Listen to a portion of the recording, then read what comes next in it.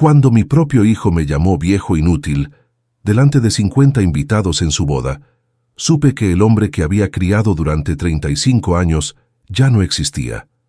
Me llamo Andrés Navarro Campos, tengo 68 años y jamás imaginé que las palabras más dolorosas de mi vida las escucharía de la boca de mi único hijo el día que debería haber sido uno de los más felices para ambos de su vida. Antes de continuar, suscríbete y activa la campanita porque cada día publicamos nuevas historias. Deja tu like y cuéntanos en los comentarios desde qué ciudad y país nos... Sábado, 23 de marzo de 2024. El salón de eventos. La Alameda en el centro de Sevilla estaba decorado con flores blancas y doradas. Las luces cálidas creaban una atmósfera elegante. 200 invitados conversaban animadamente mientras el cuarteto de cuerda tocaba piezas clásicas. Yo llevaba mi mejor traje azul marino, el mismo que había usado en mi propia boda hace 42 años, cuando me casé con Inés, la madre de Mateo. Lo había mandado ajustar para la ocasión porque, a pesar de los años, me gusta mantener cierta dignidad en la presentación. Había llegado temprano a la ceremonia, tal como lo haría cualquier padre orgulloso. Ver a Mateo esperando en el altar, vestido con su smoking gris perla, me hizo recordar al niño que solía llevar sobre mis hombros por las calles de nuestro barrio. Ese niño que me abrazaba cada noche antes de dormir y me decía que yo era su héroe. Durante la ceremonia mantuve la compostura cuando noté que no me habían dado ningún papel especial, ni una lectura, ni unas palabras, nada. Pensé que quizás era la moda moderna, que las bodas ahora se organizaban diferente. La ceremonia fue hermosa, no puedo negarlo. Valeria Ortega Sánchez lucía radiante con su vestido de encaje francés. Mateo la miraba con adoración. Intercambiaron votos escritos por ellos mismos. Hubo algunas lágrimas entre los invitados, y cuando el oficiante los declaró marido y mujer, todos aplaudimos. Yo aplaudí más fuerte que nadie, con ese orgullo que solo un padre puede sentir, ignorando el pequeño dolor en el pecho que llevaba sintiendo desde hace un mes, cuando tuve ese episodio de presión alta que me llevó a urgencias. El médico, el doctor Julián Paredes, me había advertido: «Don Andrés, tiene que evitar el estrés. Su corazón no está para sobresaltos a su edad. Nada de emociones fuertes, nada de disgustos. Tranquilidad». Le había prometido que me cuidaría. Había estado tomando la medicación religiosamente, caminando 30 minutos cada mañana por el parque, comiendo sano. Todo para estar bien para la boda de mi hijo. Después de la ceremonia, los invitados nos trasladamos al salón de recepciones. Las mesas estaban dispuestas en semicírculo alrededor de una pista de baile central. La mesa principal, elevada sobre una pequeña plataforma, tenía el mejor ángulo del salón. Manteles color marfil, centros de flores impresionantes, copas de cristal que reflejaban las luces. Yo había visto el plano de la disposición de mesas 2 semanas antes, cuando Mateo me lo mostró brevemente por teléfono. Mi nombre estaba claramente marcado en la mesa principal, junto al de mi hijo, su esposa, los padres de ella y los padrinos. Caminé hacia allá con paso tranquilo, saludando a conocidos por el camino. Mi prima Dolores me detuvo un momento para decirme lo guapo que lucía Mateo. «Se parece tanto a ti cuando eras joven, Andrés», me dijo con una sonrisa nostálgica. Le agradecí y continué hacia mi lugar. Fue entonces cuando vi mi tarjeta con el nombre sobre la mesa principal. Estaba exactamente donde debía estar, entre Mateo y uno de los padrinos. Sentí una satisfacción pequeña, pero genuina. Al menos eso no había cambiado. Al menos ahí sí me reconocían el lugar que me correspondía, pero cuando me acerqué para retirar la silla, una mano firme me agarró del brazo. Era Mateo. «Papá, espera», dijo en voz baja, mirando hacia los lados como si no quisiera que nadie nos escuchara. «¿Qué pasa, hijo?», pregunté con una sonrisa, pensando que quizás quería decirme algo emotivo, agradecerme por estar ahí, por haberlo criado solo después de que su madre muriera. Inés falleció hace 12 años de cáncer de ovario. Mateo tenía 23 entonces, estaba terminando su carrera de ingeniería civil. Fueron años difíciles, pero los superamos juntos. O eso creía yo. Mateo se aclaró la garganta. Sus ojos evitaban los míos. Mira, papá, hubo un cambio de último momento con los asientos. Ese lugar, señaló mi tarjeta, ese lugar es para don Rodrigo, el padre de Valeria. Es que, bueno, él pagó gran parte de la boda y Valeria insistió mucho en que él debía estar en el centro de la mesa principal. Tú entiendes, ¿verdad? Sentí como si me hubieran echado agua fría encima. Miré a mi hijo buscando alguna señal de que estaba bromeando, pero su expresión era seria, casi molesta, como si yo fuera el que estaba creando un problema. ¿Y dónde me siento yo entonces?, pregunté, sintiendo que mi voz sonaba más débil de lo que hubiera querido. Mateo señaló vagamente hacia las mesas del fondo del salón. Te pusimos en la mesa 7, con los tíos de Valeria. Son buena gente, papá. Vas a estar bien ahí. Además, ese lugar en la mesa principal, ese lugar es para mi suegro, no para ti, viejo inútil. Él es un empresario importante, tiene contactos, tiene presencia. La gente necesita verlo ahí. Tú solo eres... Bueno, ya estás retirado. Ya no importa tanto dónde te sientes, ¿no? El salón se silenció a mi alrededor. O tal vez seguía con el mismo nivel de ruido, pero yo dejé de escuchar todo menos esas palabras. Viejo inútil. Ya no importa tanto. Las palabras de mi hijo resonaban en mis oídos como campanas fúnebres. Miré alrededor. Varias personas nos observaban. La prima Dolores tenía una mano sobre la boca, con expresión de horror. 2 amigas de la familia que conocía desde que Mateo era pequeño desviaron la mirada avergonzadas. Un caballero mayor que no conocía negaba con la cabeza. Mi corazón comenzó a latir más rápido. Sentí ese peso en el pecho que el doctor Paredes me había advertido que debía evitar. Respiré profundo, tratando de mantener la calma. Mateo, dije despacio, soy tu padre. Criarte solo durante 12 años después de que tu madre murió. Trabajé 2 turnos como arquitecto en el estudio Méndez y Asociados para pagar tu universidad completa en la Universidad de Sevilla. Vendí el Mercedes que tu madre y yo habíamos comprado para nuestro aniversario, ese coche con el que soñamos durante años, para cubrir tus gastos de matrícula cuando las cosas se pusieron difíciles. Rechacé una oferta de trabajo en Barcelona, en una firma internacional que me hubiera triplicado el sueldo, porque no quería alejarte de tus amigos y tu vida aquí. Todo eso lo hice porque eres mi hijo. ¿Y ahora me dices que no merezco estar en la mesa principal de tu boda? Mateo apretó los labios. Vi un destello de algo en sus ojos. ¿Culpa? ¿Vergüenza? Pero desapareció tan rápido como apareció. Papá, no hagas una escena. Ya está decidido. Por favor, ve a tu mesa. Rodrigo ya viene hacia acá y no quiero que esto se ponga incómodo. Efectivamente, Rodrigo Ortega Morales se acercaba. Un hombre de 65 años, cabello plateado perfectamente peinado, traje italiano que probablemente costaba más que mi salario de 3 meses cuando trabajaba. Caminaba con esa seguridad que da el dinero, o al menos la apariencia del dinero. ¿Algún problema?, preguntó Rodrigo con una sonrisa que no llegaba a sus ojos. Ninguno, don Rodrigo, se apresuró a decir Mateo. Mi padre ya se iba a su mesa. Rodrigo me miró de arriba abajo, evaluándome como se evalúa un mueble viejo que hay que sacar de una habitación para poner algo nuevo y brillante. Ah, tú debes ser el padre. Mateo me ha hablado de ti. El dibujante, ¿verdad? Qué oficio tan pintoresco. Extendió su mano para estrechar la mía, pero lo hizo con esa displicencia de quien cumple un protocolo sin interés real. No le estreché la mano. Solo lo miré, luego miré a mi hijo.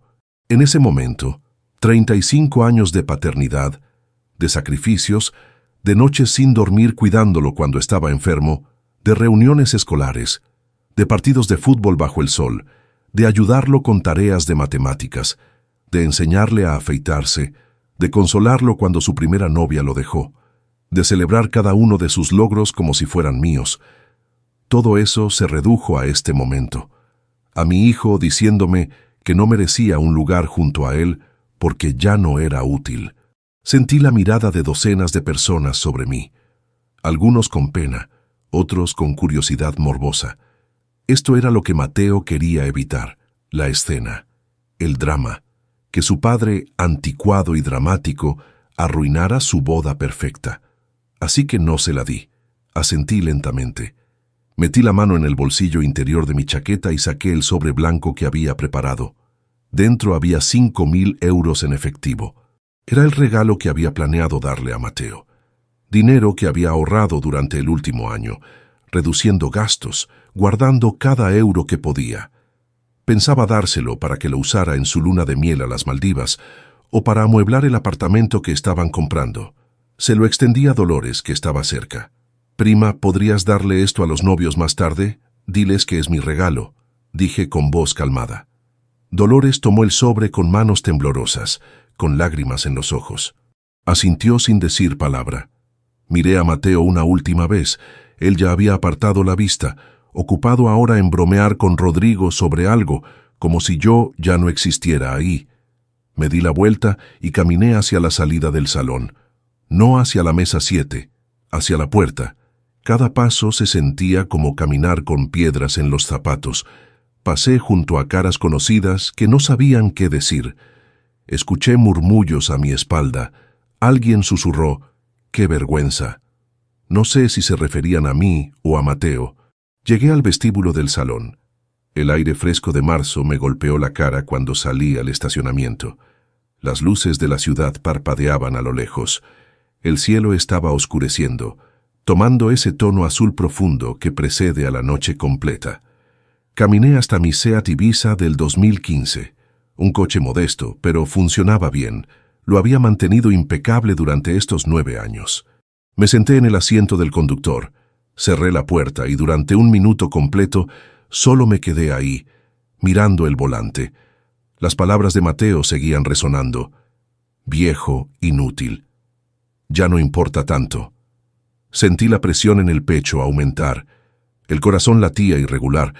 Por un momento pensé que quizás este era el final, que moriría ahí mismo, solo en el estacionamiento, mientras mi hijo celebraba dentro sin siquiera notar mi ausencia. Pero no. No iba a darles esa satisfacción. Saqué mi teléfono móvil del bolsillo. Busqué un número que tenía guardado bajo Marcos, abogado. Marcos Delgado Fuentes había sido mi abogado durante 20 años, desde que compré mi primera propiedad. Un hombre de 56 años, serio, meticuloso, de esos que no dejan ningún detalle sin revisar. Marqué. Respondió al tercer tono. «Andrés, ¿todo bien? Es sábado por la noche. Pensé que estarías en la boda de tu hijo». «Marcos», dije, y mi voz sonó más firme de lo que esperaba. «Necesito que mañana domingo a primera hora que puedas vengas a mi casa. Tenemos que revisar todos mis documentos legales. Todos. Testamento, propiedades, cuentas bancarias, avales, todo. Va a haber cambios. Cambios importantes». Hubo un silencio al otro lado de la línea. «¿Pasó algo grave?» «Pasó algo definitivo», respondí. «¿Puedes venir mañana a las 10 de la mañana?» «Estaré ahí», prometió Marcos. «Andrés, sea lo que sea, lo resolveremos». Colgué. Guardé el teléfono. Arranqué el coche. Mientras salía del estacionamiento, vi por el espejo retrovisor el salón iluminado. Música, risas, celebración. Mi hijo estaba ahí dentro, probablemente ya sentado en la mesa principal junto a su suegro, disfrutando de la velada, feliz de haberse librado del viejo inútil que solo estorbaba en su nueva vida perfecta. Pero algo había cambiado en mí durante esa caminata desde la mesa principal hasta este coche. Algo se había roto, sí, pero algo más se había despertado. Durante 35 años fui el padre que sacrificaba todo, que perdonaba todo, que siempre ponía las necesidades de su hijo por encima de las propias. Esa versión de mí murió esta noche en el Salón La Alameda. La persona que conducía ahora de regreso a casa era alguien diferente, alguien que acababa de aprender, de la manera más dolorosa, que el amor incondicional sin límites no crea hijos agradecidos, crea hijos que creen que todo se les debe. Y eso, pensé mientras las luces de la ciudad pasaban borrosas por la ventanilla, eso estaba a punto de cambiar. Esa noche no pude dormir. Me quedé sentado en el sofá de mi salón, con las luces apagadas, mirando las fotografías que colgaban de la pared. Inés y yo el día de nuestra boda. Mateo de bebé en mis brazos. Mateo a los 7 años, perdiendo su primer diente. Mateo graduándose de la universidad, con toga y birrete, yo a su lado con el orgullo reflejado en cada arruga de mi rostro. ¿En qué momento todo se torció? ¿En qué momento el niño que me abrazaba cada noche se convirtió en el hombre que me llamó inútil delante de extraños? El domingo amaneció gris. Nubes bajas cubrían Sevilla, amenazando lluvia. Me preparé un café solo, sin azúcar, y esperé a Marcos sentado a la mesa del comedor. Había sacado todas las carpetas de documentos que guardaba en mi estudio. Escrituras de propiedades, extractos bancarios, pólizas de seguro, el testamento que había redactado hace 5 años. Marcos llegó puntual a las 10, como había prometido. Llevaba un maletín de cuero gastado y esa expresión seria que adoptaba cuando sabía que algo importante estaba por discutirse. «Cuéntame qué pasó», dijo después de que le serví café y nos sentamos. Le narré todo, la humillación en la boda, las palabras exactas de Mateo, la mirada despectiva de Rodrigo Ortega, mi salida silenciosa del salón. Marcos escuchó sin interrumpir, tomando notas ocasionales en su libreta. Cuando terminé, se quitó las gafas y se frotó el puente de la nariz. «Andrés, lamento mucho lo que pasó. Como padre no puedo imaginar ese dolor. Pero dime, ¿qué quieres hacer exactamente? ¿Estás pensando en desheredar a Mateo?» «Aún no lo sé», admití. «Pero necesito saber qué opciones tengo. Necesito entender qué protecciones legales puedo establecer. No quiero actuar por rabia, Marcos. Quiero actuar con inteligencia». Marcos asintió con aprobación. «Bien, esa es la actitud correcta. Veamos qué tienes». Pasamos las siguientes 2 horas revisando cada documento. Mi apartamento en el barrio de Triana, valorado en 230.000 euros, estaba a mi nombre. El pequeño estudio que había comprado como inversión en el 2010, cerca de la universidad, valía 150.000 euros y lo alquilaba a estudiantes. Tenía ahorros por 62.000 euros en 2 cuentas diferentes. El testamento actual dejaba todo a Mateo como único heredero. También está la cuenta conjunta que abriste con Mateo hace años, recordó Marcos, revisando sus notas. La que estableciste cuando cumplió 18, para facilitarle el acceso a fondos durante la universidad. Sí, pero ahí apenas queda nada. Tal vez 1.000 o 2.000 euros. La usábamos para transferencias ocasionales, pero hace años que no muevo dinero significativo por ahí. Marcos frunció el ceño. ¿Cuándo fue la última vez que revisaste los movimientos de esa cuenta? No sé, hace meses tal vez. ¿Por qué? Porque deberías verificar. Las cuentas conjuntas pueden ser problemáticas. Ambos titulares tienen acceso total. Deberías asegurarte de que todo esté en orden. Sus palabras sembraron una semilla de inquietud en mi mente, pero la dejé pasar por el momento. Continuamos discutiendo opciones legales. Marcos me explicó que podía modificar el testamento cuando quisiera, que podía establecer fideicomisos, que podía poner condiciones a cualquier herencia futura. «Piénsalo bien antes de tomar decisiones irreversibles», me aconsejó antes de irse. «Pero mientras tanto, protege lo que tienes. Asegúrate de que nadie pueda acceder a tus recursos sin tu consentimiento explícito». Después de que Marcos se marchó, me quedé mirando los documentos dispersos sobre la mesa. La cuenta conjunta, algo en la manera como Marcos la había mencionado me inquietaba. Eran las 2 de la tarde del domingo. Los bancos estaban cerrados, pero podía acceder a la banca online.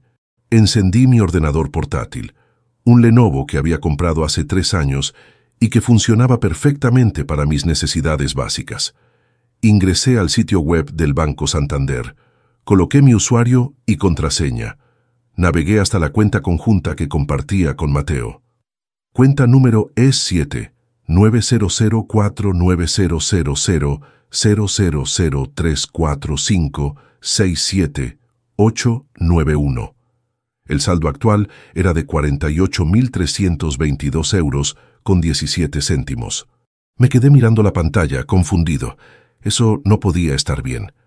La última vez que había revisado hace unos 4 meses, había apenas 2.000 euros ahí. ¿De dónde habían salido 46.000 euros adicionales? Hice clic en el historial de movimientos. La respuesta apareció inmediatamente. El 28 de febrero de 2024, exactamente un mes antes, se había realizado una transferencia de 46.000 euros desde mi cuenta personal de ahorros a esta cuenta conjunta. Pero yo no había autorizado esa transferencia. Sentí un escalofrío recorrer mi espalda. Revisé más a fondo. Efectivamente, la transferencia había sido iniciada online, usando mis credenciales de acceso. Pero yo no la había hecho. Estaba seguro. Continué bajando por el historial de movimientos, y entonces vi algo que hizo que mi corazón se acelerara. El 21 de marzo, 2 días antes de la boda, 3 intentos de transferencia por 48.000 euros cada uno. Los 3 rechazados por el sistema con la nota: requiere autorización presencial en sucursal para montos superiores a 10.000 euros.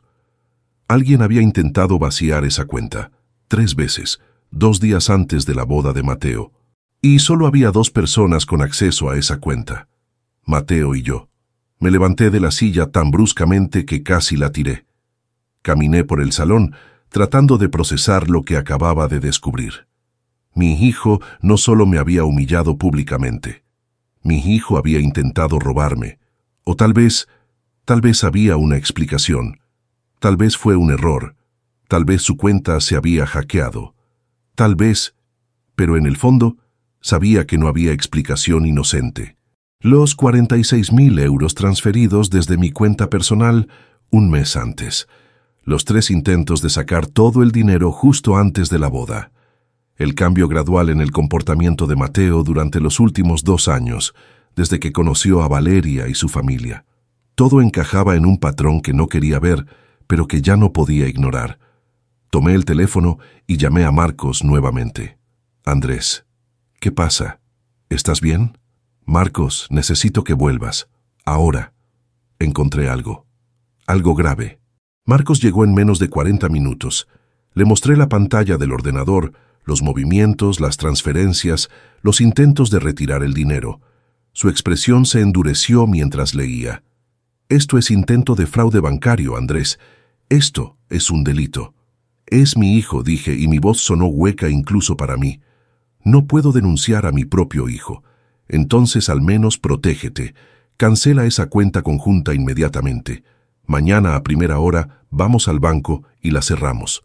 Transferimos ese dinero de vuelta a tu cuenta personal y cambiamos todas tus contraseñas bancarias. Todas. Asentí, sintiéndome de repente muy cansado, muy viejo. Hay algo más que necesitas saber, continuó Marcos, sacando su teléfono. Después de nuestra conversación esta mañana me quedé pensando en ese tal Rodrigo Ortega. El nombre me sonaba familiar, así que hice algunas consultas. Tengo un contacto en el registro mercantil. Andrés Rodrigo Ortega Morales está en serios problemas financieros. Me mostró la pantalla de su teléfono. Documentos oficiales, registros públicos, la empresa principal de Rodrigo, Ortega Desarrollos Inmobiliarios S.L., tenía deudas registradas por 1.200.000 euros, 3 proyectos de construcción paralizados, 2 demandas de proveedores impagos, un proceso de embargo preventivo sobre 2 propiedades comerciales. El imperio de tu consuegro está colapsando, explicó Marcos. Y cuando un hombre así se está hundiendo, busca salvavidas, cualquier salvavidas. La imagen completa comenzó a formarse en mi mente como un rompecabezas macabro. Rodrigo en problemas financieros, Mateo casándose con su hija, los 46.000 euros misteriosamente transferidos a la cuenta conjunta, los intentos de sacar todo el dinero justo antes de la boda, la humillación calculada para alejarme, para minimizar mi influencia. Marcos, dije lentamente, ¿y si todo esto fue planeado? ¿Y si Mateo no actuó solo? ¿Y si la familia Ortega lo convenció de que yo era un obstáculo? ¿De que mi dinero era realmente suyo por derecho? ¿De que un padre jubilado no necesita tanto, mientras que ellos tienen proyectos importantes, negocios que salvar? Marcos me miró con una mezcla de pena y respeto. Es posible. He visto casos similares. familias manipuladoras que convierten a hijos contra padres cuando hay dinero de por medio. Y si Rodrigo investigó tu situación financiera, sabe que no eres un simple dibujante retirado. Eres un arquitecto que trabajó 40 años, que tiene propiedades, ahorros, inversiones. Eres exactamente el tipo de salvavidas que un hombre desesperado buscaría. Me senté nuevamente, sintiendo el peso de esta revelación. Durante 35 años había protegido a mi hijo de todo, del dolor de perder a su madre, de las dificultades económicas, de cualquier problema que pudiera afectarlo. Lo había envuelto en una burbuja de seguridad y amor incondicional, y en el proceso, sin darme cuenta, había criado a alguien que creía que todo se le debía. Alguien que, cuando una familia ambiciosa le susurró al oído que su padre era prescindible, que su dinero estaba mejor usado en otros lugares, que la dignidad del viejo no importaba tanto como las oportunidades del joven.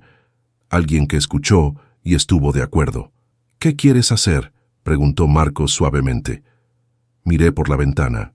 El cielo seguía gris, pero la lluvia amenazada no había llegado. Algunas personas caminaban por la calle, ajenas al drama que se desarrollaba en este apartamento. «Quiero saber más», dije finalmente. «Quiero entender exactamente qué está pasando. ¿Quién está detrás de esto? ¿Hasta dónde llega la traición? Y luego, Marcos, voy a actuar. Pero no voy a actuar por venganza. Voy a actuar por justicia, por dignidad, por enseñarle a mi hijo algo que claramente no aprendió mientras lo criaba, que las acciones tienen consecuencias». Marcos asintió lentamente. «Entonces necesitamos más información. Necesitamos entender el alcance completo de la situación. Conozco a alguien, un investigador privado discreto y efectivo. Se llama Alberto Rivas.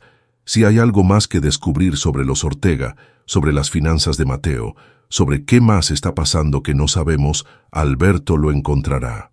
«Contrátalo», dije sin dudar. «Quiero saber todo, absolutamente todo». Después de que Marcos se marchó por segunda vez ese día, me quedé solo nuevamente con mis pensamientos. El apartamento se sentía más silencioso que nunca, más vacío. Caminé hasta mi estudio y abrí el cajón inferior de mi escritorio. Ahí, en una pequeña caja de terciopelo azul, guardaba la alianza de matrimonio de Inés. Me la había quitado 3 años después de su muerte, cuando finalmente acepté que ella no volvería, pero nunca pude deshacerme de ella. La sostuve en mi mano, sintiendo su peso familiar. Grabado en el interior estaban nuestros nombres y la fecha. Andrés e Inés, 15 de mayo de 1982. Inés, susurré al silencio. Nuestro hijo, nuestro Mateo, no sé qué le pasó. No sé dónde nos equivocamos. O tal vez yo me equivoqué al sobreprotegerlo después de que te fuiste.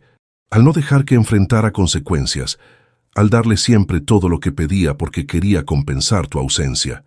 La alianza brilló bajo la luz de la lámpara del escritorio. Pero ahora tengo que hacer algo que debía hacer hace años. Tengo que enseñarle que el amor de un padre no es infinito cuando ese amor se usa como debilidad. Tengo que mostrarle que hay líneas que no se cruzan. Y él las cruzó todas. Guardé la alianza nuevamente. Esa pequeña pieza de oro tendría un papel que jugar. Aún no sabía exactamente cuál, pero lo sabría pronto. Los siguientes días fueron una revelación tras otra, cada una más dolorosa que la anterior. Alberto Rivas resultó ser exactamente lo que Marcos había prometido: discreto, meticuloso y aterradoramente eficiente. Era un hombre de unos 50 años, con el aspecto anodino de alguien que podría pasar desapercibido en cualquier multitud, precisamente la cualidad que lo hacía excelente en su trabajo. Nos reunimos el martes por la tarde en mi apartamento.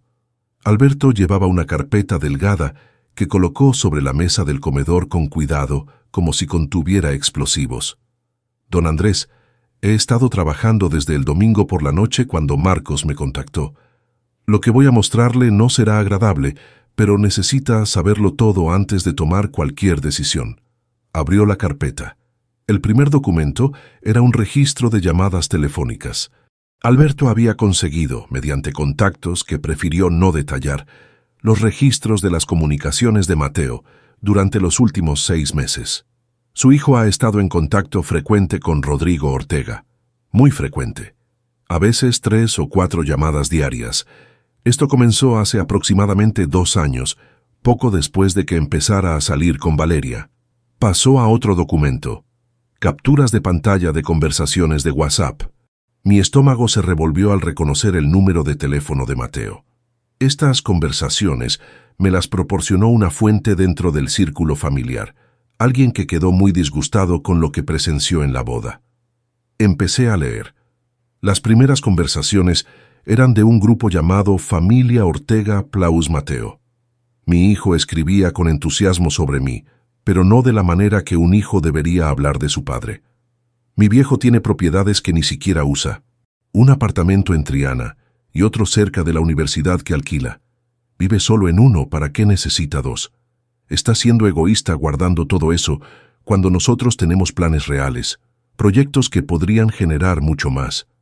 Rodrigo respondía: «Tiene razón tu suegro, Mateo. Un hombre de su edad ya vivió su vida. Es hora de que piense en las nuevas generaciones, en dejarte construir tu futuro». Valeria añadía: «Mi amor, tu papá tuvo su tiempo. Ahora es nuestro turno. No dejes que su mentalidad anticuada te frene». Continué leyendo, sintiendo cómo cada palabra era una puñalada. Había mensajes donde Mateo se quejaba de que yo había rechazado mudarme a un lugar más pequeño para venderle el apartamento de Triana a precio de familia. Conversaciones donde discutían cómo convencerme de poner propiedades a nombre de Mateo para evitar impuestos de herencia más adelante. Planes sobre cómo acceder a mi cuenta de ahorros. Y luego, lo peor. Un mensaje de Mateo del 14 de marzo, 9 días antes de la boda. «Ya moví los 46,000 de la cuenta personal a la conjunta. Nadie se dio cuenta. El viejo ni siquiera revisa esas cosas. En cuanto termine la boda, saco todo y lo invierto en el proyecto de Rodrigo. Para cuando se dé cuenta, el dinero ya estará trabajando y generando retornos. Le explicaré que fue por su propio bien». Alberto señaló otro documento. «Aquí está la confirmación de lo que su abogado descubrió. Ortega Desarrollos Inmobiliarios está al borde de la quiebra. Rodrigo necesitaba capital urgente. Su plan era casar a su hija con alguien que tuviera acceso a recursos. Su hijo fue, lamentablemente, el objetivo perfecto». «¿Mateo sabe la situación real de Rodrigo?», pregunté, mi voz apenas un susurro. «Lo sabe. Hay mensajes donde Rodrigo le explica que es solo un bache temporal, que con la inversión correcta todo se recuperará. Le vendió la idea de que juntos construirían un imperio, que usted era un obstáculo del pasado, que no entendía las oportunidades modernas». Alberto pasó a otro conjunto de documentos, extractos bancarios de una cuenta que no reconocí. «Esta es una cuenta que su hijo abrió hace 14 meses, cuenta en la que usted no aparece en ningún lado. Aquí es donde Mateo ha estado desviando dinero». Los números bailaban frente a mis ojos. Depósitos irregulares que sumaban casi 22,000 euros en el último año. Cuando pregunté de dónde venía ese dinero, Alberto me mostró más registros. «¿Recuerda que usted le dio a Mateo acceso a su tarjeta de crédito empresarial hace unos años? Para emergencias cuando él estaba estableciendo su carrera». Asentí. Era una American Express que había mantenido de mis días como arquitecto activo. Seguía pagándola porque me daba ciertos beneficios, aunque ya no la usaba mucho. Mateo ha estado haciendo cargos pequeños pero frecuentes. Comidas caras que declara como reuniones de negocios suyas. Compras en tiendas de lujo que registra como regalos corporativos. Gasolina para un coche que usted no sabía que había comprado. Nada lo suficientemente grande para llamar su atención en los estados de cuenta mensuales, pero que sumado durante meses representa una cantidad significativa. Sentí náuseas. No era solo la cantidad de dinero, era la premeditación, la frialdad calculada de cada acción. Esto no había sido un error impulsivo o un momento de debilidad. Había sido un plan sistemático de robo ejecutado durante más de un año. «Hay más», continuó Alberto, aunque su expresión sugería que preferiría no tener que decírmelo. «Su hijo ha estado presentándolo de manera muy diferente ante la familia Ortega y sus círculos sociales. Me mostró capturas de publicaciones en redes sociales, conversaciones, incluso grabaciones de audio que alguien había compartido con él. En una cena familiar de los Ortega 6 meses atrás, Mateo había descrito mi carrera de la siguiente manera. Mi padre era dibujante técnico en una firma de arquitectura. Hacía los planos que los verdaderos arquitectos diseñaban. Se retiró hace unos años con una pensión básica. Vive modestamente en un apartamento alquilado en Triana.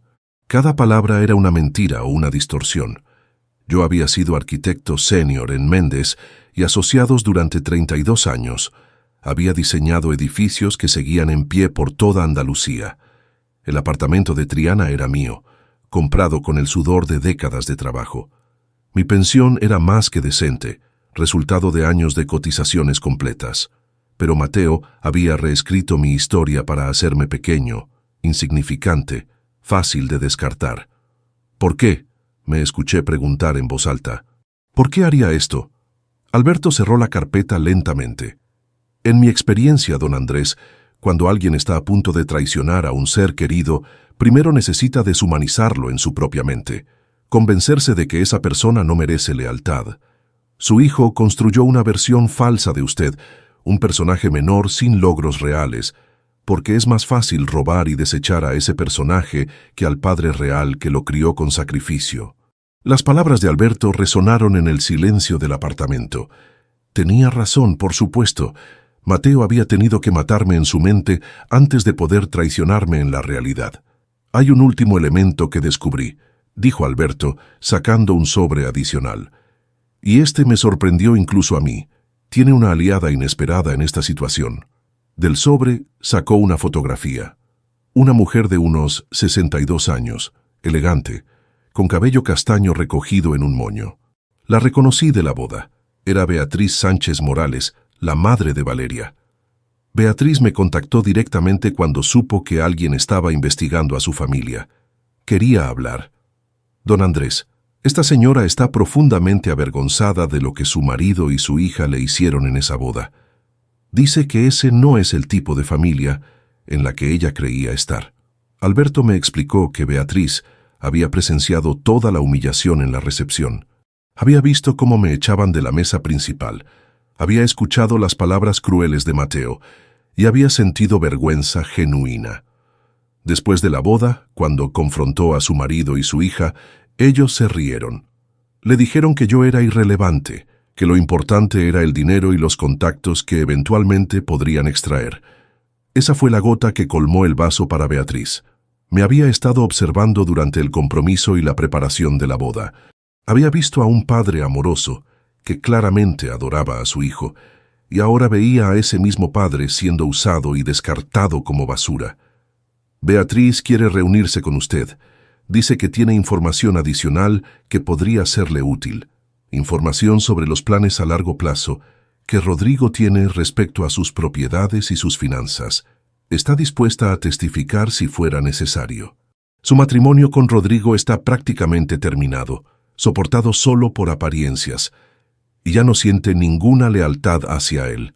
Procesé toda esta información durante un largo minuto. Mi hijo me había mentido, robado y humillado. Los Ortega lo habían manipulado, o tal vez simplemente habían encontrado en él un cómplice dispuesto. Y ahora, la madre de mi nuera quería ayudarme a exponer toda la verdad. Arregla la reunión con Beatriz, dije finalmente. Quiero escuchar lo que tiene que decir. Alberto asintió y comenzó a recoger los documentos, pero le detuve. Déjamelos, quiero revisarlos nuevamente.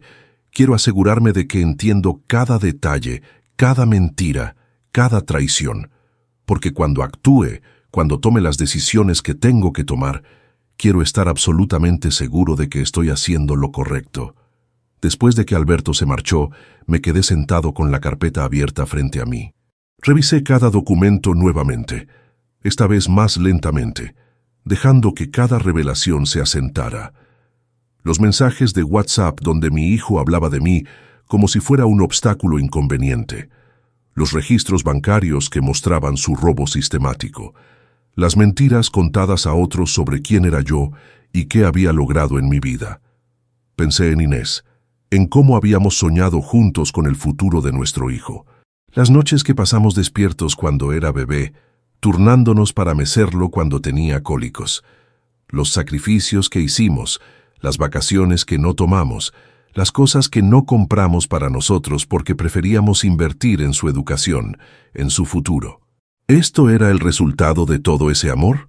¿Un hombre de 35 años dispuesto a robar a su propio padre? ¿Capaz de llamarlo inútil en público? ¿De reescribir su historia para hacerlo insignificante? Me levanté y caminé hasta la ventana. El sol se estaba poniendo sobre Sevilla, tiñendo el cielo de naranjas y rojos. La ciudad continuaba con su ritmo normal, ajena al pequeño drama que se desarrollaba en este apartamento. Pero para mí, todo había cambiado. Ya no era el padre ingenuo que creía que el amor incondicional era suficiente. Ahora era alguien que había visto la verdad completa, por dolorosa que fuera. Y con esa verdad venía una claridad fría y dura. Sabía exactamente qué tenía que hacer. No por venganza, sino por justicia. No por herir a Mateo, sino por enseñarle algo que claramente nunca aprendió. Que las acciones tienen consecuencias y que traicionar a quien te dio todo tiene un precio que se debe pagar. El jueves por la mañana me reuní con Beatriz Sánchez en una cafetería discreta del barrio de Santa Cruz. Había elegido un lugar lejos de las zonas habituales de la familia Ortega, un establecimiento pequeño y tranquilo, frecuentado principalmente por turistas que no reconocerían a ninguno de los dos. Beatriz llegó puntual, vestida con elegancia sencilla, pantalones oscuros, blusa color crema, un pañuelo de seda al cuello. Sus ojos mostraban cansancio, pero también determinación. Nos sentamos en una mesa del fondo, junto a una ventana que daba a un patio interior lleno de naranjos. Después de pedir 2 cafés, Beatriz habló primero. «Don Andrés, le debo una disculpa enorme. Lo que pasó en la boda de nuestros hijos fue absolutamente inaceptable. Yo estaba allí, lo vi todo, y me avergüenzo de no haber dicho nada en ese momento». Su voz temblaba ligeramente. Podía ver que esto le costaba, pero había algo genuino en su expresión que me hizo creerle. «¿Por qué quiere ayudarme?», pregunté directamente. No tenía energía para conversaciones superficiales. Beatriz tomó su café con ambas manos, como buscando calor en la taza a pesar del clima templado de marzo. «Porque estoy cansada de vivir una mentira. Mi matrimonio con Rodrigo ha sido una farsa durante años. Él construyó un imperio basado en apariencias, en deudas disfrazadas de éxito, en manipular a la gente. Y yo lo permití porque era más fácil disfrutar los lujos que enfrentar la realidad. Pero lo que le hicieron a usted, lo que están haciéndole a usted, cruzó una línea que no puedo ignorar». Me explicó entonces detalles que ni siquiera Alberto había podido descubrir. Rodrigo había investigado mi situación financiera meses antes de que Mateo propusiera matrimonio a Valeria. Había contratado a alguien para revisar registros públicos, propiedades, movimientos visibles. Cuando descubrió que yo tenía activos considerables, el compromiso súbitamente recibió su bendición entusiasta. Rodrigo le dijo a Valeria que Mateo era perfecto no porque la amara, aunque estoy segura de que sí la ama, sino porque usted representaba un salvavidas financiero. Le enseñó a mi hija a ver su relación como una transacción estratégica. Y lo peor es que Valeria aprendió bien la lección.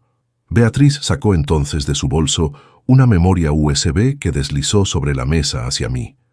Aquí hay grabaciones. Conversaciones que tuve con Rodrigo y Valeria donde hablan abiertamente sobre sus planes.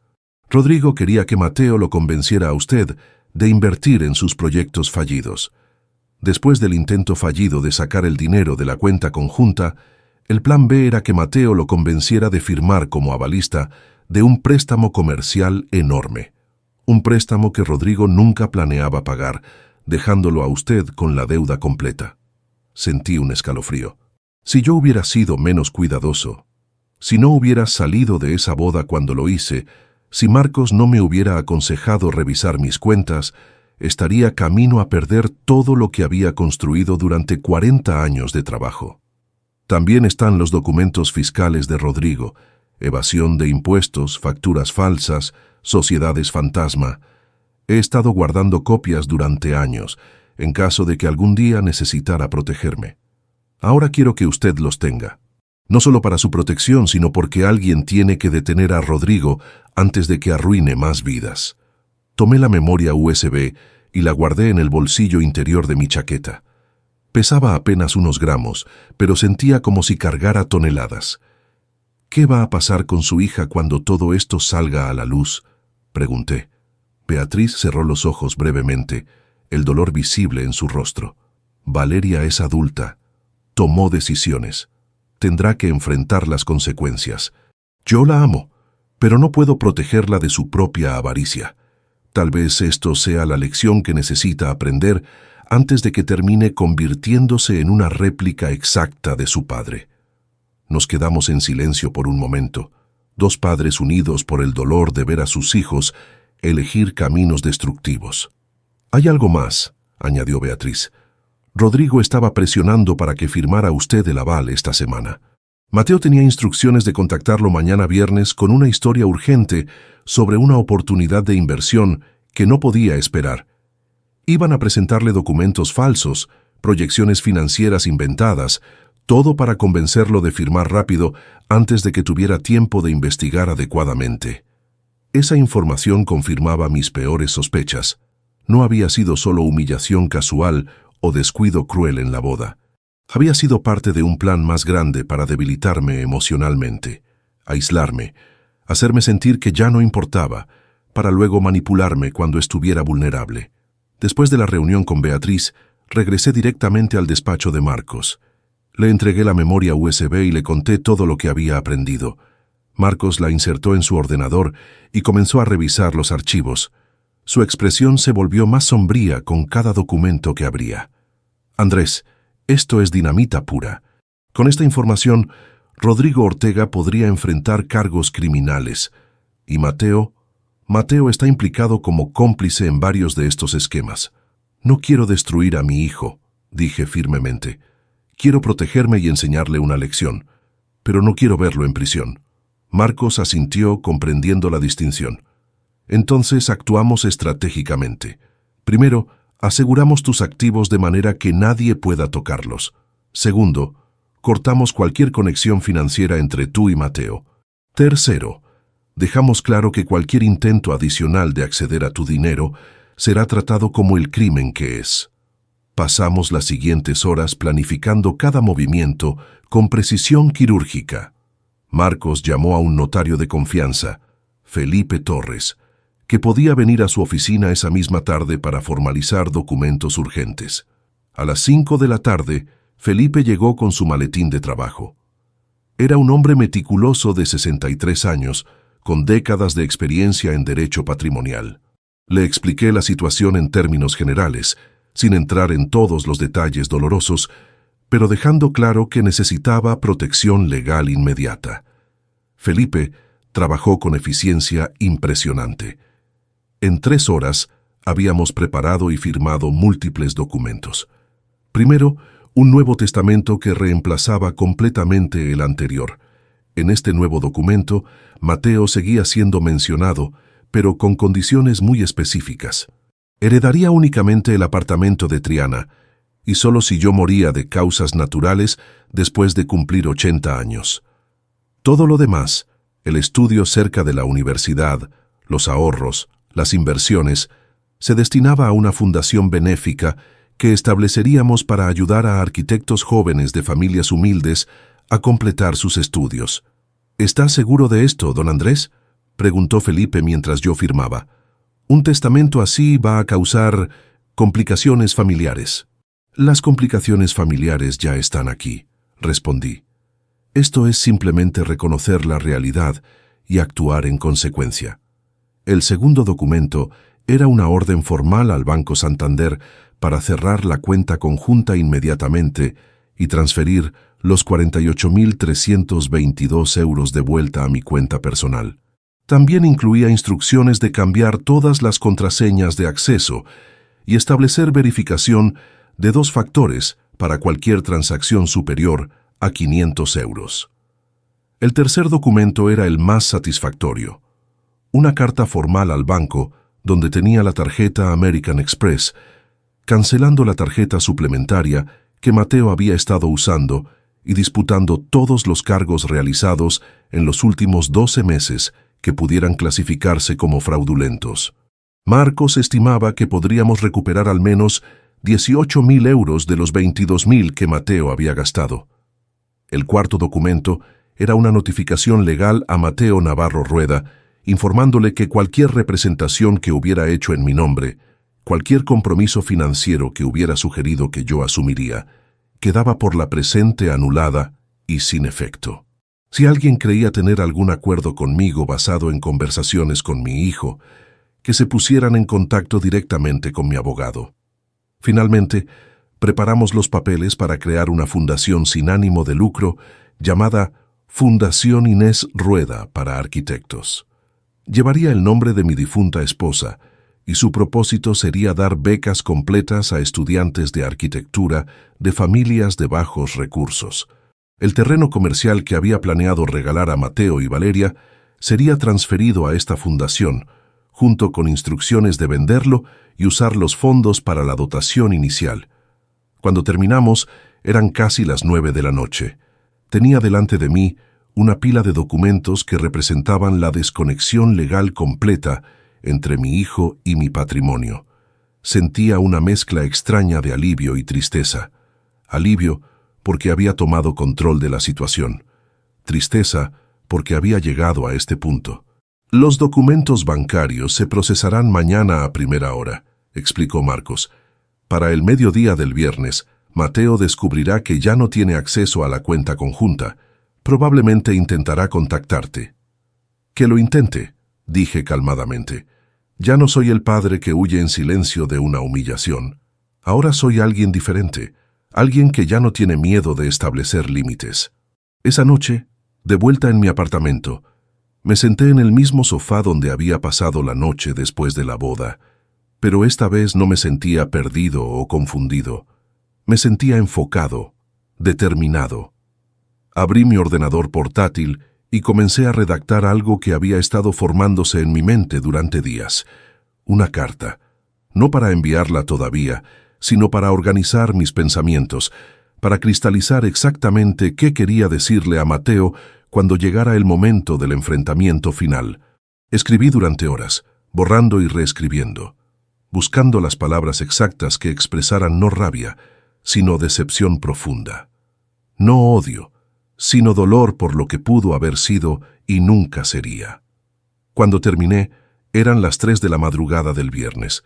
Guardé el documento y apagué el ordenador. Mañana todo cambiaría. Mañana mi hijo descubriría que el viejo inútil que había descartado tan fácilmente todavía tenía dientes, y que usarlos no era venganza, sino simple justicia. El viernes amaneció con un cielo despejado sobre Sevilla. Desde mi ventana podía ver la Giralda a lo lejos, imponente contra el azul brillante. Había dormido apenas 3 horas, pero me sentía extrañamente alerta, como si mi cuerpo supiera que este sería un día definitivo. A las 9:15 de la mañana, tal como Marcos había predicho, el banco procesó todos los documentos. La cuenta conjunta quedó cerrada, el dinero transferido de vuelta a mi cuenta personal bajo nuevas medidas de seguridad. La tarjeta suplementaria de Mateo quedó cancelada. Las notificaciones electrónicas habrían llegado a su teléfono automáticamente. No tuve que esperar mucho. A las 10:30, mi móvil comenzó a sonar. El nombre de Mateo parpadeaba en la pantalla. Dejé que sonara 6 veces antes de contestar. Quería que sintiera la incertidumbre, la ansiedad de no saber si yo respondería. «Hola, Mateo», dije con voz neutral cuando finalmente deslicé el dedo para aceptar la llamada. «Papá, ¿qué está pasando? El banco me acaba de enviar una notificación de que la cuenta conjunta está cerrada, y mi tarjeta de crédito fue rechazada esta mañana cuando intenté pagar el desayuno. ¿Hay algún error del sistema?» Su voz sonaba confundida, pero también había un matiz de pánico que no podía ocultar completamente. Sabía exactamente lo que estaba pasando. Simplemente no podía creer que yo hubiera actuado. «No hay ningún error, Mateo. Cerré la cuenta deliberadamente y cancelé la tarjeta suplementaria que habías estado usando de manera, digamos, creativa durante el último año». Hubo silencio al otro lado. Podía imaginar su mente trabajando rápidamente, calculando qué tanto sabía yo, decidiendo qué estrategia tomar. Papá, no entiendo. ¿Por qué harías eso sin hablar conmigo primero? Esa cuenta era para emergencias, y sí necesito acceso urgente a fondos. Las emergencias genuinas se comunican, Mateo. Los robos sistemáticos se ocultan. Sé todo sobre los 46.000 euros que transferiste de mi cuenta personal a la cuenta conjunta el 28 de febrero. Sé sobre los 3 intentos de sacar todo el dinero 2 días antes de tu boda. Sé sobre los 22.000 euros que has estado gastando con la tarjeta American Express durante el último año en compras que nada tienen que ver conmigo. El silencio que siguió fue absoluto. Ni siquiera podía escuchar su respiración. Finalmente, habló, y su voz había cambiado completamente, adoptando un tono defensivo y ligeramente agresivo. Papá, estás malinterpretando todo esto. Ese dinero iba a ser una inversión. Rodrigo tiene un proyecto increíble que nos habría generado retornos enormes. Iba a duplicar ese dinero y devolvértelo con intereses. Estaba haciéndote un favor. ¿Un favor?, repetí, manteniendo mi voz calmada aunque sentía rabia hirviendo bajo la superficie. ¿Robar de mi cuenta bancaria sin mi conocimiento es un favor? ¿Intentar vaciar 48.000 euros sin mi consentimiento es un favor? ¿Mentirle a los Ortega sobre quién soy, decirles que fui un simple dibujante con una pensión básica, minimizar toda mi carrera y mis logros, eso también fue un favor?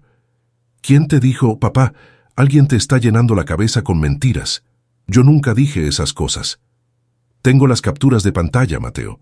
Tengo los mensajes de WhatsApp donde hablas de mí como si fuera un obstáculo inconveniente, donde te quejas de mi mentalidad anticuada, donde planeas con Rodrigo cómo extraer el máximo valor de mis propiedades y mi dinero. Tengo todo documentado. Escuché un suspiro pesado, derrotado. Cuando Mateo habló nuevamente, la pretensión había desaparecido, reemplazada por algo más cercano a la desesperación. Papá, necesito ese dinero. Rodrigo tiene deudas graves. El proyecto del que te hablé, el aval que iba a pedirte hoy, es nuestra única oportunidad de salvar su empresa. Si no conseguimos ese capital, todo se derrumba. Y Valeria, ella está embarazada, papá. Vas a ser abuelo. ¿No quieres ayudar a asegurar el futuro de tu nieto? Por un momento, solo un momento, sentí el viejo impulso, el instinto paternal de proteger, de resolver problemas, de sacrificarme por mi hijo. Pero luego recordé la humillación en la boda. Las palabras viejo inútil pronunciadas sin vacilación, los meses de robo calculado, las mentiras sistemáticas. Mateo, si Valeria está embarazada, felicidades genuinamente. Pero ese niño no es una herramienta de manipulación emocional, y los problemas financieros de Rodrigo Ortega no son mi responsabilidad. Él construyó un imperio de mentiras y deudas, y ahora está colapsando. Que buscara explotarme como salvavidas fue despreciable. Que tú cooperaras en ese plan es imperdonable. No tienes idea de lo que estás hablando. Rodrigo es un empresario respetado. Rodrigo es un fraude que debe 1.200.000 euros y está siendo investigado por evasión fiscal. Tengo los documentos completos de su situación financiera real. Y tú lo sabías, Mateo. Sabías exactamente en qué estabas participando. Podía escuchar su respiración acelerada ahora. Estaba perdiendo el control. Y parte de mí, la parte que todavía era padre a pesar de todo, sentía dolor por ello. Necesitamos hablar en persona, dijo finalmente. Esto es demasiado importante para discutirlo por teléfono. Déjame explicarte todo cara a cara. Por favor, papá. De acuerdo, acepté. Pero no será solo tú y yo. Será una reunión formal, en la oficina de mi abogado. El lunes a las 4 de la tarde. Trae a Valeria si quieres. Y si Rodrigo desea asistir también, puede hacerlo. Porque voy a poner todas las cartas sobre la mesa. Voy a mostrarles exactamente qué sé, qué tengo documentado, y cuáles serán las consecuencias si intentan cualquier acción adicional contra mí. ¿Consecuencias? ¿Me estás amenazando? No te estoy amenazando, Mateo. Te estoy informando. Hay una diferencia. Las amenazas son vacías. Esto es simplemente la realidad de la situación que tú mismo creaste. Le di la dirección del despacho de Marcos y colgué antes de que pudiera responder. Mis manos temblaban ligeramente, la adrenalina corriendo por mi sistema. Había dado el primer paso del enfrentamiento final. El fin de semana pasó en una especie de limbo tenso. Marcos y yo nos reunimos el sábado para repasar exactamente cómo manejaríamos la reunión del lunes. Alberto nos proporcionó copias impresas de toda la documentación, los mensajes de WhatsApp, los registros bancarios, las investigaciones sobre Rodrigo, todo meticulosamente organizado en carpetas separadas. Beatriz me llamó el domingo por la tarde para advertirme que Rodrigo estaba furioso. Había descubierto que alguien había filtrado información sobre sus finanzas y sospechaba que había sido ella. Su matrimonio estaba ahora oficialmente terminado, aunque mantendrían apariencias hasta que se resolviera esta situación. «Tenga cuidado el lunes», me advirtió. «Rodrigo puede ser encantador cuando quiere conseguir algo, pero también puede ser intimidante cuando se siente acorralado. No permita que lo manipule emocionalmente». Le agradecí su preocupación y le aseguré que estaría preparado. El lunes llegó con nubes grises que amenazaban lluvia. Me vestí con mi mejor traje, el mismo azul marino de la boda, pero esta vez con una corbata diferente. Una de seda gris que Inés me había regalado en nuestro último aniversario juntos. Me miré en el espejo antes de salir. El hombre que me devolvía la mirada ya no era el padre ingenuo y complaciente. Era alguien que había aprendido, dolorosamente, que el amor sin límites se convierte en debilidad cuando la otra persona no tiene escrúpulos. Llegué a la oficina de Marcos a las 3:45. Marcos ya estaba allí, junto con Felipe el notario, que había aceptado estar presente como testigo oficial de todo lo que se discutiera. Habíamos preparado la sala de conferencias cuidadosamente, una mesa larga, con las carpetas de documentación ordenadas en mi lado, agua mineral para todos, una grabadora digital en el centro para registrar la conversación completa. A las 4 en punto exactamente, la recepcionista anunció la llegada de Mateo, pero no venía solo. Entraron 3 personas, Mateo visiblemente nervioso, Valeria con expresión altiva intentando ocultar preocupación, y Rodrigo, caminando con esa confianza falsa de quien está acostumbrado a intimidar, pero sabe que esta vez podría no funcionar. Nos sentamos frente a frente en la mesa de conferencias, Marcos a mi derecha, Felipe a mi izquierda, los 3 visitantes del otro lado. «Gracias por venir», comencé con voz tranquila. «Antes de empezar deben saber que esta reunión está siendo grabada con el consentimiento de todas las partes. Si alguien se opone, puede retirarse ahora». Rodrigo hizo un gesto despectivo con la mano. «No tenemos nada que ocultar. Adelante, grabe lo que quiera». «Perfecto», dije, y empujé la primera carpeta hacia el centro de la mesa. «Entonces empecemos con esto. Mateo, aquí están los registros completos de la cuenta conjunta que compartíamos, las transferencias no autorizadas, los intentos de retirar 48.000 euros, todo documentado con fechas, horas, direcciones IP de los dispositivos usados». Mateo palideció mirando los papeles.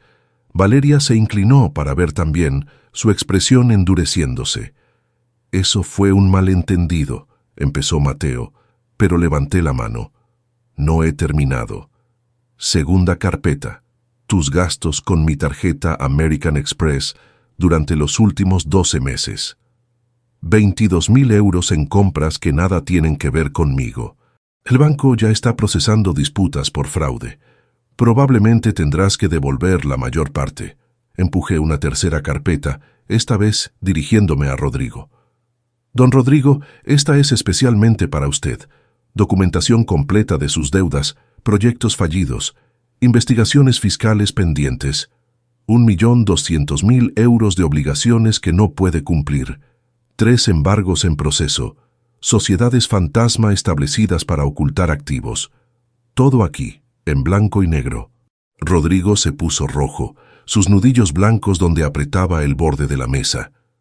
«¿De dónde sacaste esa información? Eso es privado, es invasión de privacidad». «Es información de registros públicos», intervino Marcos calmadamente. complementada con documentación proporcionada voluntariamente por fuentes cercanas a su familia. Todo obtenido legalmente. Saqué entonces del bolsillo interior de mi chaqueta una pequeña caja de terciopelo azul. La coloqué en el centro de la mesa y la abrí lentamente. Dentro estaba la alianza de matrimonio de Inés, brillando bajo las luces fluorescentes de la sala. «¿Ven esto?», dije, mirando directamente a Mateo. «Esta era la alianza de tu madre, la mujer que murió cuando tenías 23 años, la mujer que trabajó doble turno como enfermera en el Hospital Virgen del Rocío durante 15 años para ayudarme a pagar tu colegio privado, la mujer que vendió las joyas que heredó de su abuela para comprarte un ordenador nuevo cuando empezaste la universidad, porque el viejo se había estropeado». Mateo tenía lágrimas en los ojos ahora, pero no lo dejé desviar. «Tu madre murió creyendo que habíamos criado a un hombre de honor, un hombre que valoraría el sacrificio, que entendería que la familia significa lealtad y respeto. Hoy, ella estaría avergonzada del hombre que traiciona a quien le dio todo, del hombre que roba a su propio padre, del hombre que se deja manipular por promesas de dinero fácil, hasta el punto de perder su humanidad básica». Mateo se derrumbó completamente en ese momento. Las lágrimas que había estado conteniendo finalmente rodaron por sus mejillas. Se cubrió el rostro con ambas manos, los hombros temblando con sollozos que no podía controlar. Era la primera vez en años que lo veía llorar así, desde el funeral de su madre, 12 años atrás. «Papá, lo siento muchísimo. No sé qué me pasó. Rodrigo me convenció de que era una oportunidad única, que podíamos multiplicar el dinero, que tú ni siquiera lo extrañarías porque ya estabas retirado y no necesitabas tanto.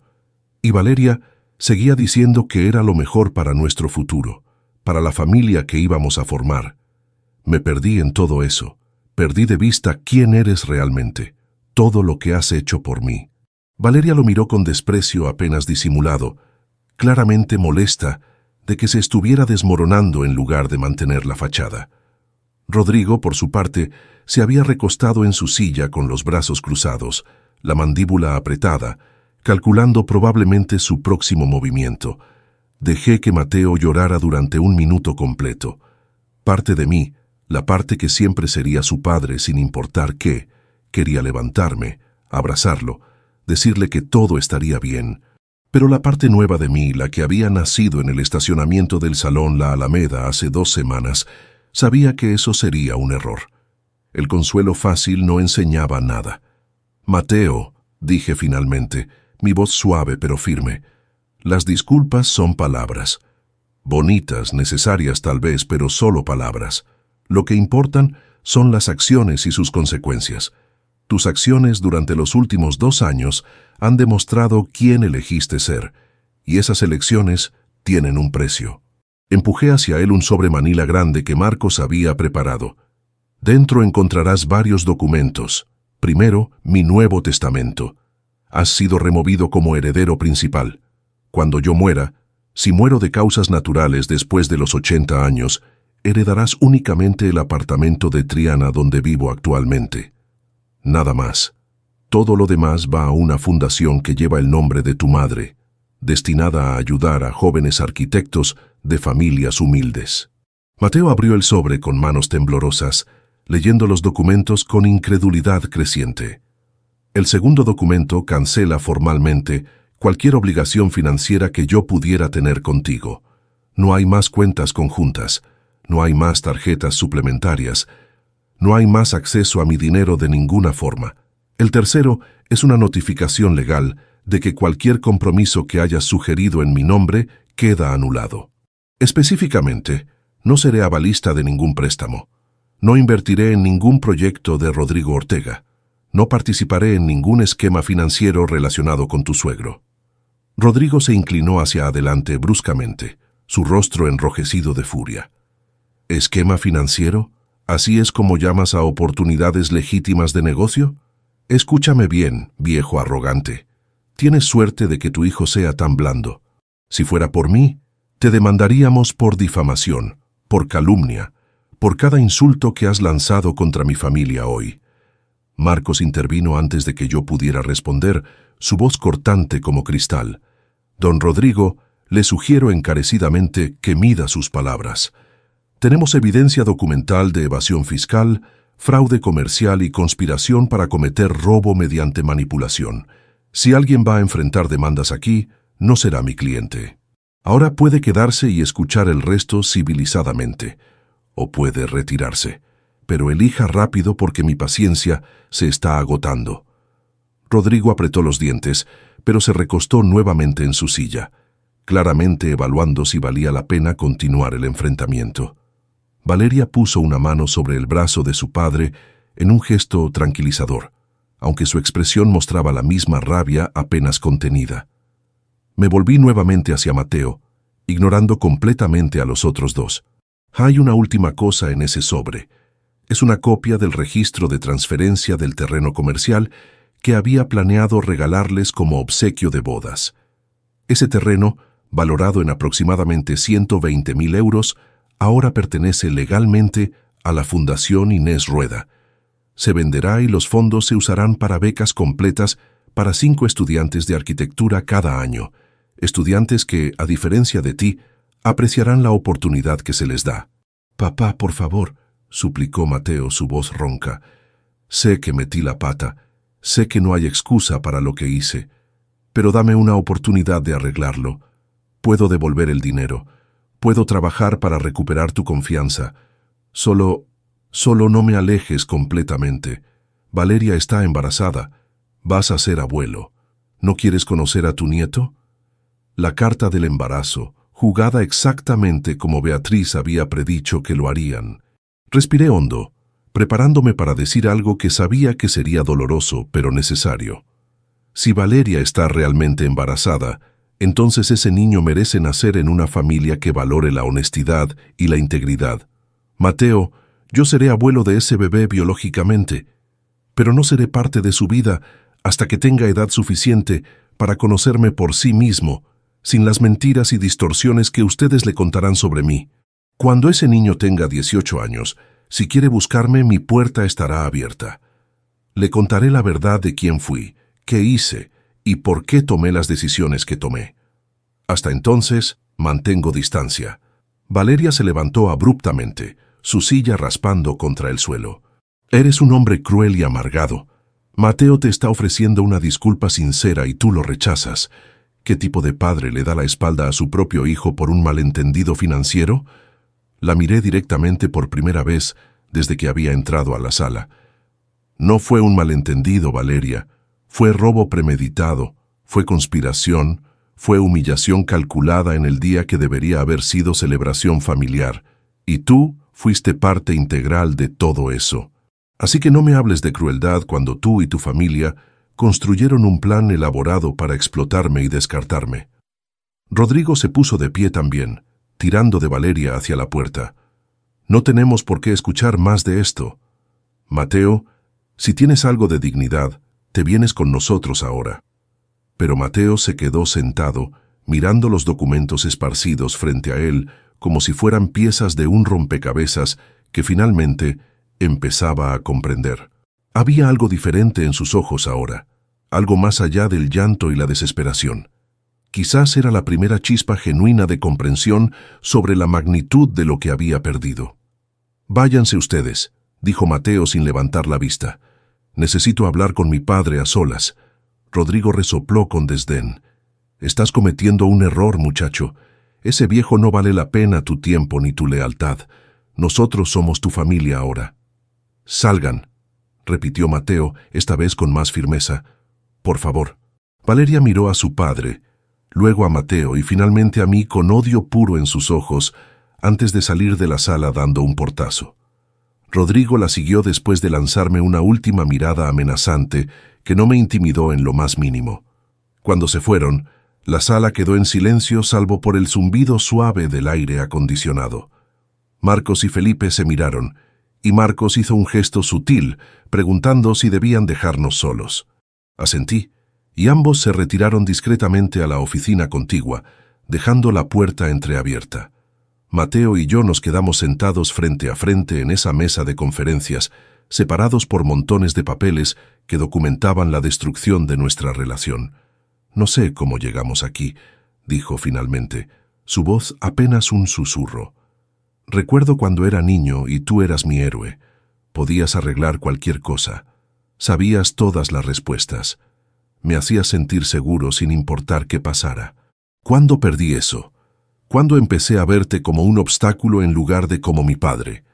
Cuando dejaste que otras personas definieran mi valor en lugar de recordar quién había sido para ti», respondí. «Cuando el dinero se volvió más importante que la lealtad.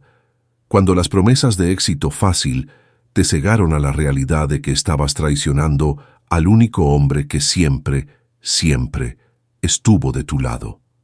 Mateo asintió lentamente, lágrimas silenciosas corriendo nuevamente por su rostro. «¿Hay alguna manera de arreglar esto? ¿Alguna forma de que volvamos a ser padre e hijo?» Consideré la pregunta cuidadosamente antes de responder. «Honestamente, Mateo, no lo sé. El daño es profundo. La confianza está rota y la confianza no se repara con disculpas. Se reconstruye con años de acciones consistentes que demuestran cambio genuino. Tendrías que alejarte completamente de la influencia de Rodrigo.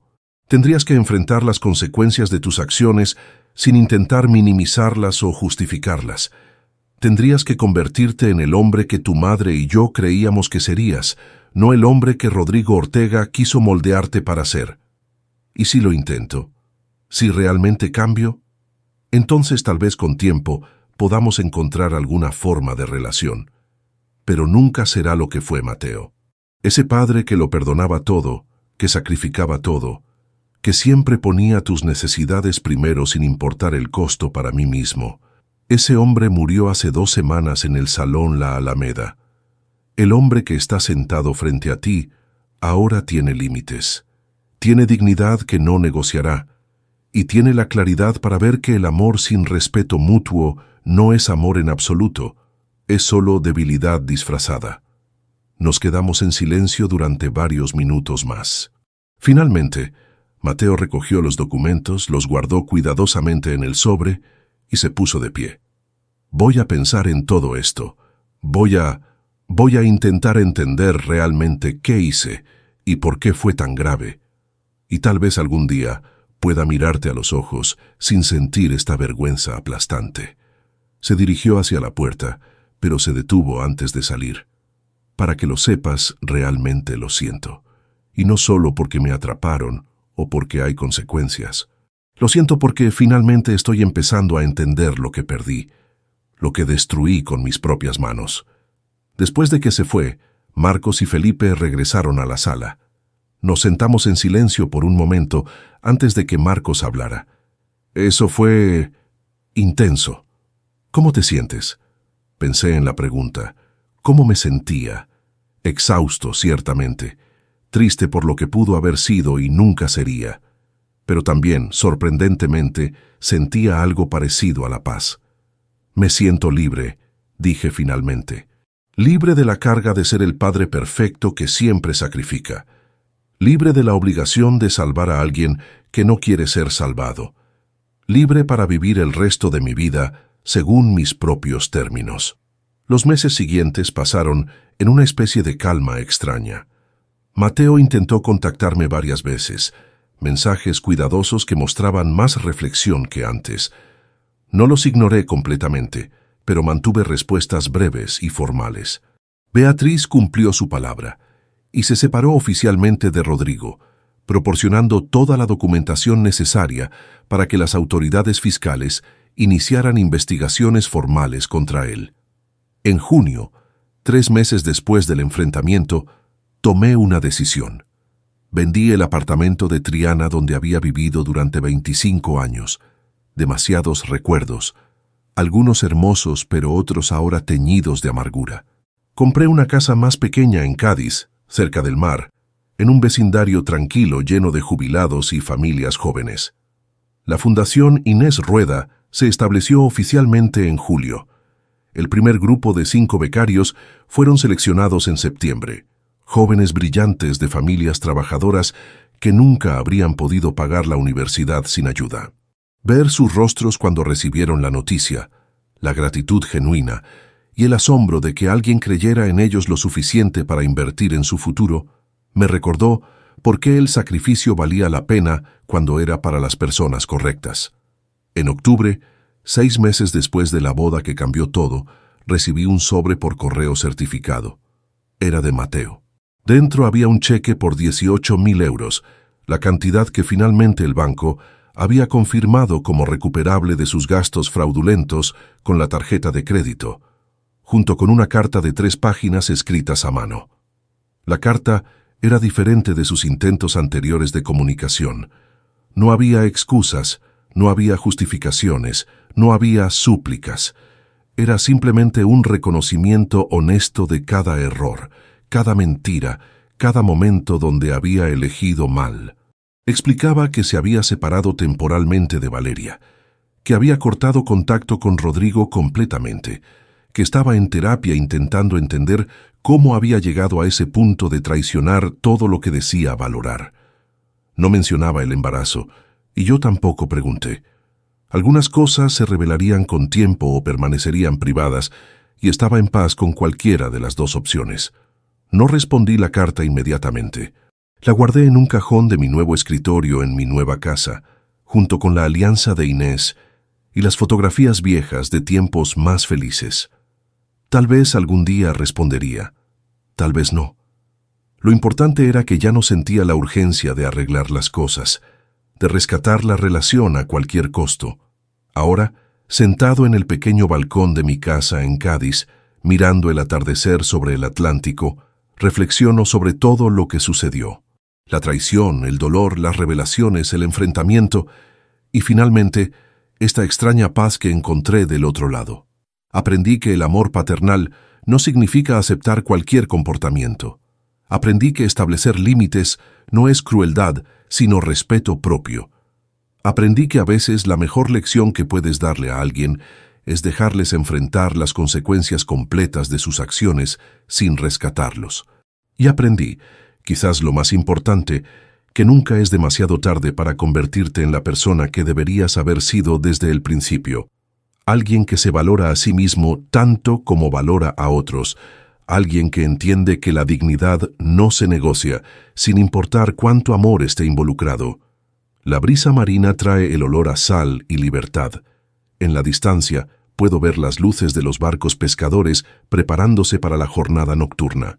La vida continúa, con o sin las personas que pensamos que siempre estarían en ella. Y yo continúo también, no como el padre roto que salió de aquella boda, sino como un hombre que finalmente aprendió que amar a alguien no significa dejar que te destruyan. A veces, el mayor acto de amor es simplemente alejarte y dejar que el tiempo y las consecuencias hagan el trabajo que las palabras nunca podrán hacer. Tal vez algún día Mateo y yo encontremos un camino de vuelta el uno hacia el otro. O tal vez no. De cualquier manera, finalmente estoy en paz con ambas posibilidades. Y esa paz, después de todo lo que pasó, es el regalo más valioso que pude haberme dado a mí mismo.